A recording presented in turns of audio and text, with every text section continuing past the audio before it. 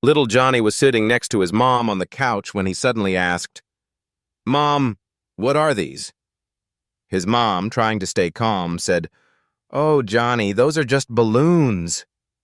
Johnny thought for a moment and asked, "Why are your balloons smaller than the maid's balloons?" His mom, a bit flustered, replied, "Johnny, how do you know what the maid's balloons look like?" Johnny innocently grinned and said, "Well, I saw Dad blowing them up last night." After nearly 50 years of marriage, a couple was lying in bed one evening when the wife felt her husband begin to massage her in ways he hadn't in quite some time.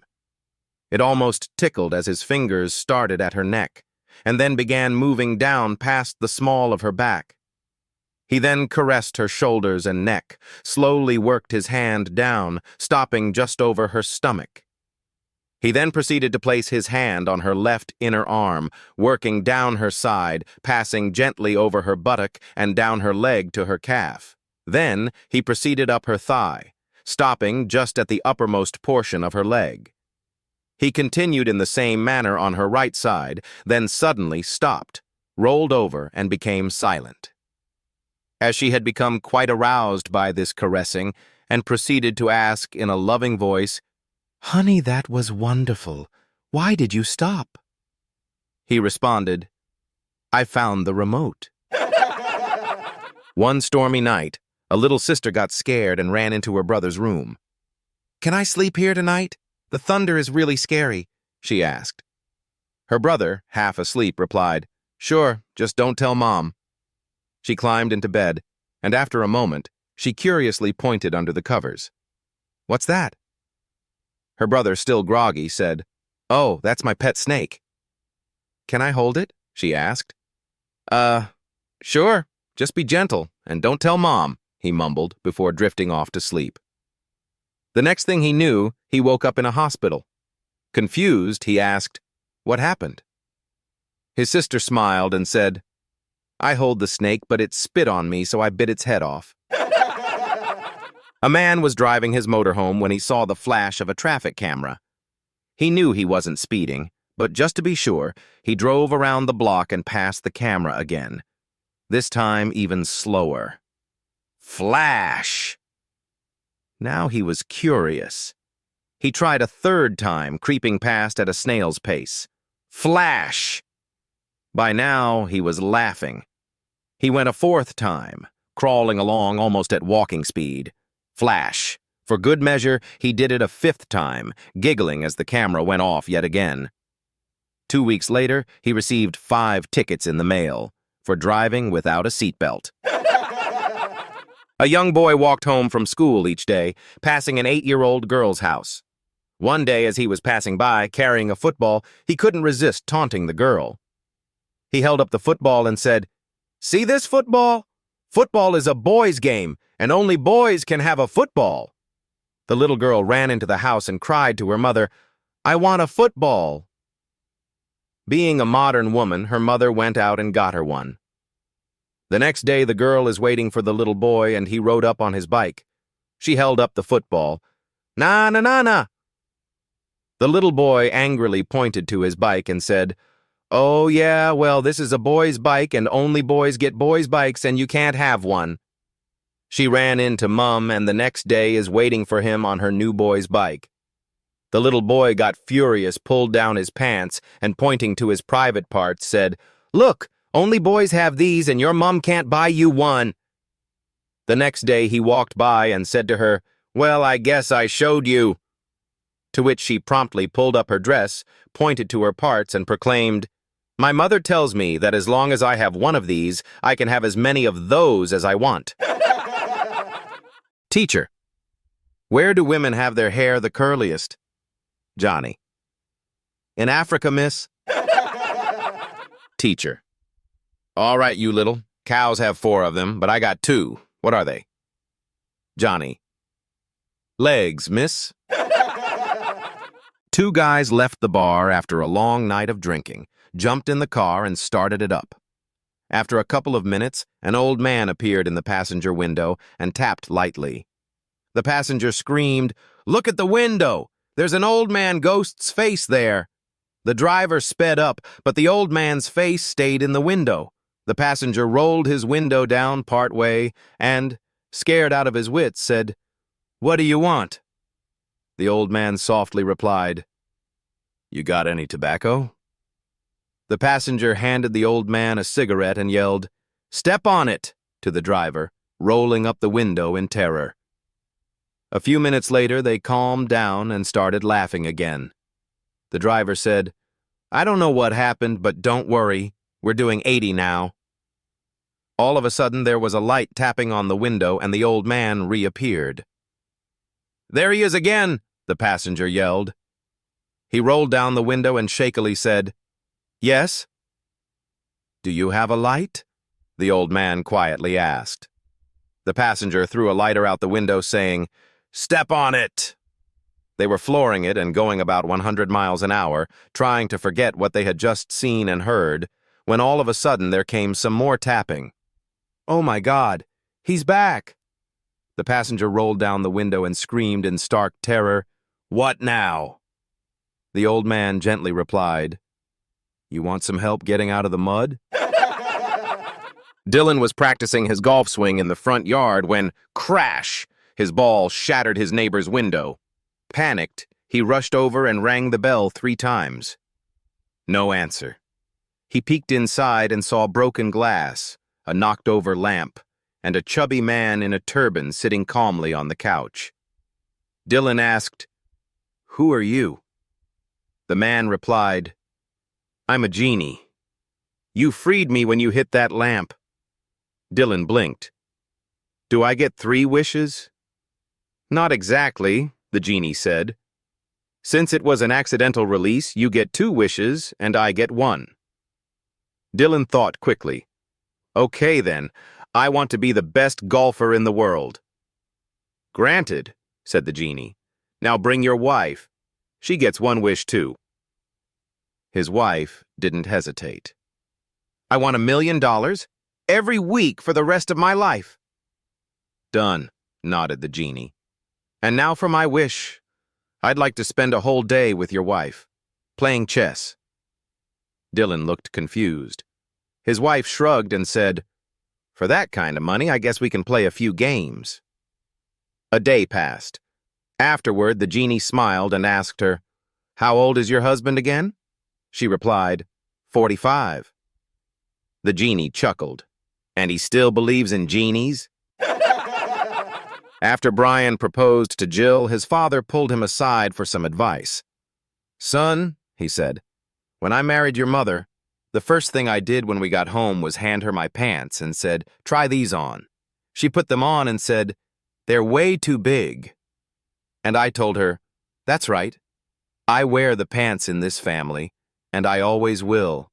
And from that day on, we never had a single issue."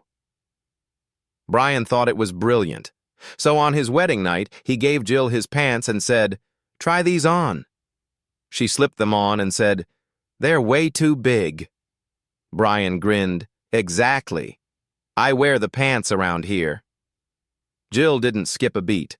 She handed him her pants and said, "Now you try mine on." He struggled and said, "I can't even get into these." Jill smiled sweetly and said, "Exactly. And unless your attitude changes, you never will."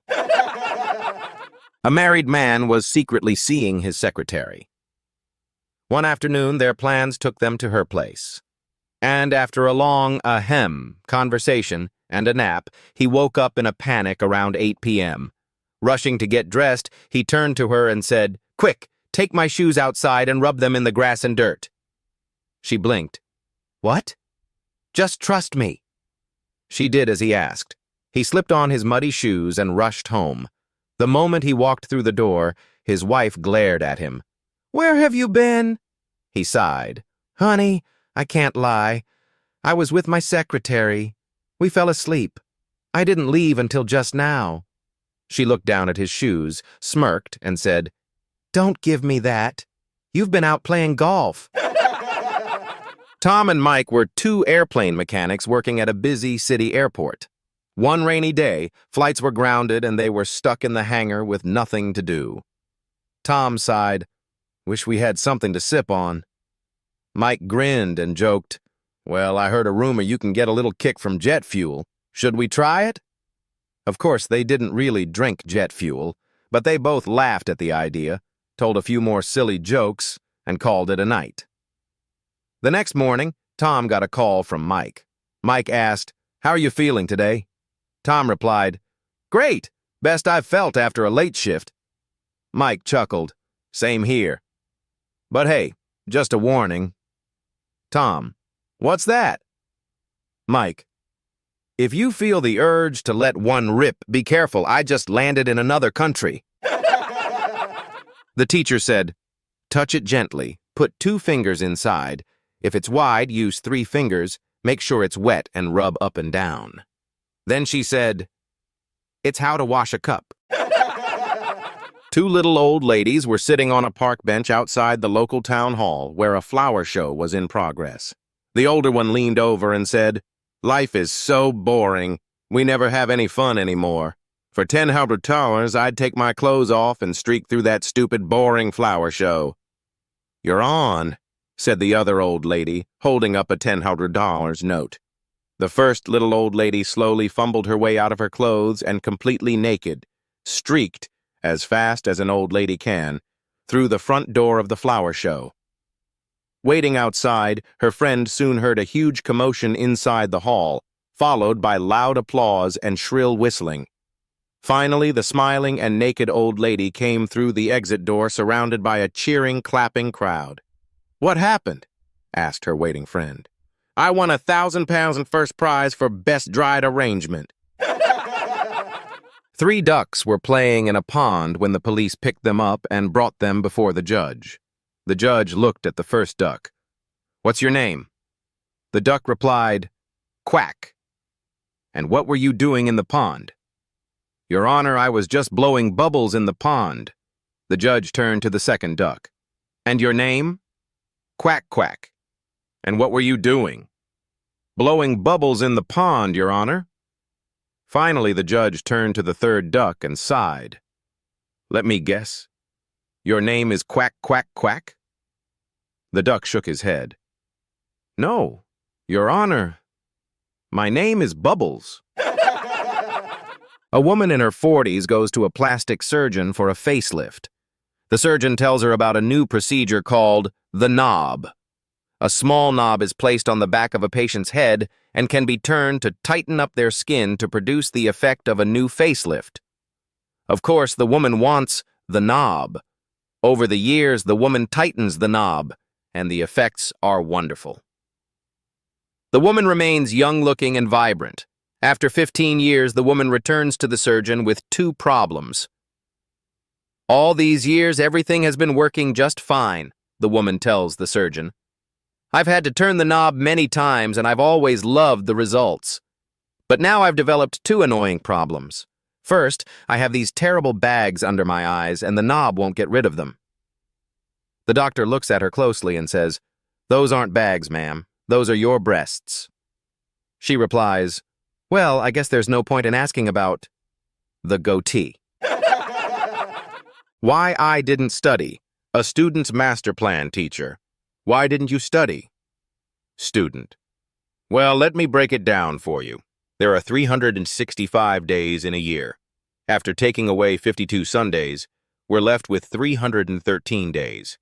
Now, factor in the 50 days of summer, way too hot to study, and we're down to 263 days. We sleep 8 hours a day, which adds up to 122 days gone. That leaves 141 days. If I spend just 1 hour a day messing around, that's another 15 days gone, leaving us with 126 days. Eating takes up 2 hours a day, so subtract 30 more days, and we're left with 96. Then I spend 1 hour each day talking to friends and family, which knocks off another 15 days, leaving us with 81. Exams? They easily take 35 days, so we're down to 46. Then come holidays, about 40 days. And now there are just 6 days left. If I get sick for 3 days, we're down to 3 days. Let's say I go out twice. That leaves me with just 1 day to study. But that day, it's my birthday. And that's why I didn't study. An Irishman walks into a bar in Dublin and orders 3 pints of Guinness. He takes them to a table, sipping from each one in turn until they're all empty. He goes back to the bar and orders 3 more. The bartender says, "You know, lad, a pint goes flat after it's poured. It'd taste better if you just ordered one at a time." The Irishman smiles and replies, "Ah, but you see, I have 2 brothers, one in America, one in Australia, and I'm here in Dublin. When we all left home, we promised we'd drink this way to remember the days we were together." The bartender nods, touched by the sentiment, and serves him the 3 pints. This becomes a ritual. Every visit, the Irishman drinks 3 pints, 1 sip at a time. But one day, he comes in and only orders 2 pints. The entire bar goes silent. The bartender pours the drinks gently and says, "I'm so sorry for your loss. You have my condolences." The Irishman looks puzzled for a moment, then chuckles and says, "Oh, no, everyone's fine. I just quit drinking." A pensioner drove his brand-new Mercedes to 100 mph on the M1, looking in his rear-view mirror. He saw a police car behind him. He floored it to 140, then 150, then 155. Suddenly he thought, "I'm too old for this nonsense." So he pulled over to the side of the road and waited for the police car to catch up with him. The officer walked up to him, looked at his watch and said, "Sir, my shift ends in 10 minutes. Today is Friday and I'm taking off for the weekend with my family. If you can give me a good reason that I've never heard before, why you were speeding, I'll let you go." The man looked very seriously at the policeman and replied, "Years ago, my wife ran off with a policeman. I thought you were bringing her back." The cop left, saying, "Have a good day, sir." Dave took Mary out for a romantic dinner where the conversation turned to the subject of marriage. Dave had been saving for an engagement ring, but he was in graduate school and in dire need of a new computer.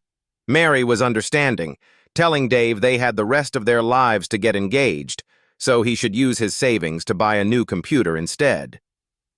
During dessert, Dave suddenly reached into his pocket and pulled out an engagement ring. Mary was stunned, but after she collected herself, she looked up and prompted, "Well, don't you have something to ask me?" Dave then got down on bended knee. "Honey," he said, "will you buy me a new computer?" A guy walks into a bar and tells the bartender, "If I show you a wild trick, will you give me a free drink?" The bartender shrugs. "Sure, why not?" The guy reaches into his pocket and pulls out a tiny rat. Then out of the other pocket, he pulls a teeny-tiny piano. The rat stretches, cracks his knuckles, and starts playing the blues like a rodent Ray Charles. Stunned, the bartender pours him a free drink. After finishing it, the guy says, "Now, if I show you an even better trick, do I drink free all night?" "Buddy, if you can top that, you're drinking on me till closing," the bartender replies. The man pulls the rat and piano out again, and this time reaches into his coat and pulls out a small bullfrog. The frog clears his throat and starts belting out soulful blues lyrics. The rat's playing, the frog's singing. The bar is dead silent in awe. Suddenly, a man rushes up and says, "I'll give you $10,000 for that frog." The guy says, "Nope, not for sale." $25,000? Nope. $50,000, cash. Deal. The bartender's jaw drops. "Are you crazy? That frog was a gold mine. Why'd you sell him?" The man smirks and says, "Relax. The frog can't sing. The rat's a ventriloquist." A lizard was out taking a Sunday afternoon stroll through the jungle when he paused underneath a huge tree and, looking up, saw a monkey in the very top smoking a joint. He yelled out, "Hey, what are you doing?" The monkey confirmed the obvious and added, "Come on up and I'll share." So the lizard climbs up and up until he reaches the limb where the monkey is, and the two of them spend the next 20 minutes passing this thing back and forth until the both of them are thoroughly wasted. After an hour or so of sitting there surveying the surrounding scenery with silly smiles on their faces, as one does, the lizard says, "You know, my mouth is really dry. I'm going down to the river and get myself a drink." So he carefully makes his way down out of the tree and stumbles to the water, only he's affected to the point that when he leans over the edge to get a sip, he falls in and the current starts carrying him downstream. Try as he might, he was unable to get back to the bank. Lucky for him, a huge crocodile noticed that one of his fellow reptilians was in trouble, and he swam over to the lizard and helped him back to the riverbank. A few minutes passed, and the croc asked him how he managed to fall in. Upon hearing the story about the monkey in the tree, he said, "I gotta check this out." Leaving the lizard there on shore, the crocodile found the tree with the monkey in it, stopped, and yelled up to him, "Hey, you!" The monkey looked down and said, "Whoa, dude, how much water did you drink?" A mafia godfather finds out that his bookkeeper, Guido, has cheated him out of $10,000. His bookkeeper is deaf and dumb. That was the reason he got the job in the first place. It was assumed that Guido would hear nothing, so he would never have to testify in court. When the Godfather goes to confront Guido about his missing $10 million, he takes along his lawyer who knows sign language. The Godfather tells the lawyer, "Ask him where the money is." The lawyer, using sign language, asks Guido, "Where's the money?" Guido signs back, "I don't know what you are talking about." The lawyer tells the Godfather, "He says he doesn't know what you're talking about." The Godfather pulls out a pistol, puts it to Guido's head and says, "Ask him again or I'll kill him." The lawyer signs to Guido, "He'll kill you if you don't tell him." Guido trembles and signs, "Okay, you win. The money is in a brown briefcase buried behind the shed at my cousin Bruno's house." The Godfather asks the lawyer, "What did he say?" The lawyer replies, "He says you don't have the guts to pull the trigger." A student failed in law and decided to make a deal with Professor. "Sir, do you know everything about law?" Prof: "Yes." Student: "If you can answer this question, I will accept my final marks, but if you can't, you have to give me A." Professor: "Agreed." Boy asked, "What is legal but not logical, logical but not legal, and neither legal nor logical?" Prof thought about it for hours and pondered but could not find the answer. He had to finally give up as he really did not know the answer. He gave the boy his A. The following day, the professor asked the same question to his students. He was shocked when all of them raised their hands. He asked one student. He answered, "You are 65, married to 28-year-old woman. This is legal but not logical. Your wife is having an affair with a 23-year-old boy. This is logical but not legal. Your wife's boyfriend has failed in his exam, and yet you have given him an A. This is neither logical nor legal." The professor collapsed.